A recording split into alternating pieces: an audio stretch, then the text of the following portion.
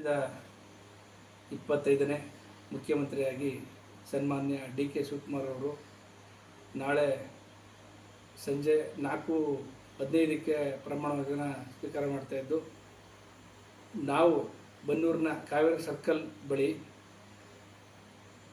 ನಾವು ಒಂದು ಕಾರ್ಯಕ್ರಮನ ಆಯೋಜನೆ ಮಾಡಿದ್ದೀವಿ.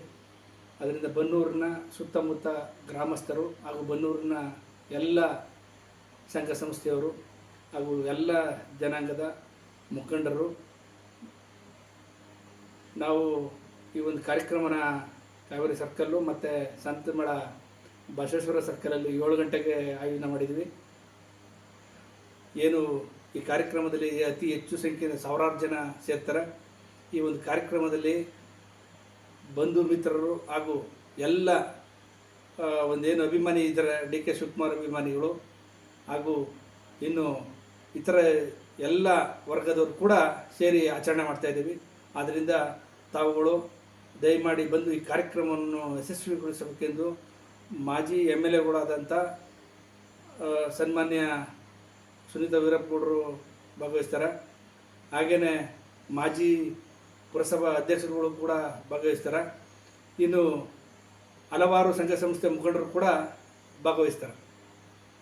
ಬನ್ನೂರಿನ ಸ್ಪೋರ್ಟ್ಸ್ ಕ್ಲಬ್ ಅಧ್ಯಕ್ಷರಾದಂಥ ರಮೇಶ್ ಅವರು ಹಾಗೂ ರವೀಂದ್ರ ಕುಮಾರ್ ಅವರು ಮಾಜಿ ಪುರಸಭಾ ಅಧ್ಯಕ್ಷರು ಹಾಗೂ ಮುನ್ನವರ್ ಪಾಸ ಅವರು ಮಾಜಿ ಪುರಸಭಾ ಅಧ್ಯಕ್ಷರು ಹಾಗೂ ರಾಮಲಿಂಗೇಗೌಡರು ಮಾಜಿ ಪುರಸಭಾ ಉಪಾಧ್ಯಕ್ಷರು, ಇನ್ನು ಕುಚಾಣಣ್ಣವರು ಬನ್ನೂರು ಸೊಸೈಟಿ ಉಪಾಧ್ಯಕ್ಷರು ಹಾಗೂ JB ನಗರದ ಡಾಕ್ಟರ್ ಜ್ಞಾನ ಪ್ರಕಾಶ್ ಅವರು, ಇನ್ನು ನಮ್ಮಲ್ಲಿ ಶಿವಣ್ಣವರು ಸುಭಾಷ್ ನಗರದವರು ಕೌನ್ಸಲರು, ಇನ್ನಿತರ ನನ್ನ ಸ್ನೇಹಿತರು ಕೂಡ ಭಾಗಿಯಾಗ್ತಾರೆ.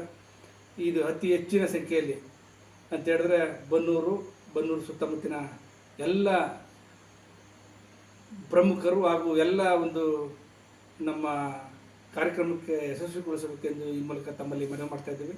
ದಯಮಾಡಿ ಇದು ನಿಮ್ಮ ಕಾರ್ಯಕ್ರಮ. ಡಿ ಕೆ ಶಿವಕುಮಾರ್ ಅವರ ಒಂದು ಪದಗ್ರಹಣ ಕಾರ್ಯಕ್ರಮಕ್ಕೆ ನಾವು ಈ ಮೂಲಕ ತಮ್ಮಲ್ಲಿ ಮನವಿ ಮಾಡ್ತಾ ಇದ್ದೇವೆ. ಕಾವೇರಿ ಸರ್ಕಲ್ಲು 6 ಗಂಟೆಗೆ ಇರ್ತದೆ. ಅಲ್ಲಿ ಮುಗಿದ ತಕ್ಷಣ 7 ಗಂಟೆಗೆ ಬನ್ನೂರಿನ ಸಂತಮಳ ಬಸವೇಶ್ವರ ಸರ್ಕಲ್ ಕೂಡ ಅಲ್ಲೂ ಒಂದು ಕಾರ್ಯಕ್ರಮನ ನಾವು ಆಯೋಜನೆ ಮಾಡಿದ್ದೀವಿ.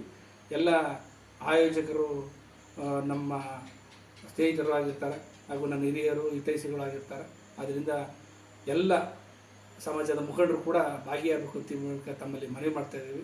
ದಯಮಾಡಿ ಎಲ್ಲರೂ ಕೂಡ ಭಾಗವಹಿಸಿ ಏನು ಮುಖ್ಯಮಂತ್ರಿ ಆಗಿರೋರಿಗೆ ತಾವು ಒಂದು ಹೃದಯಪೂರ್ವಕ ಒಂದು ಆಶೀರ್ವಾದ ಮಾಡಬೇಕು, ಅವರು ಒಳ್ಳೆಯ ಆಡಳಿತ ಕೊಡಬೇಕು ರಾಜ್ಯಕ್ಕೆ ಅಂತೇಳಿ ತಮ್ಮಲ್ಲಿ ಮನವಿ ಮಾಡ್ತಾಯಿದ್ದೇವೆ.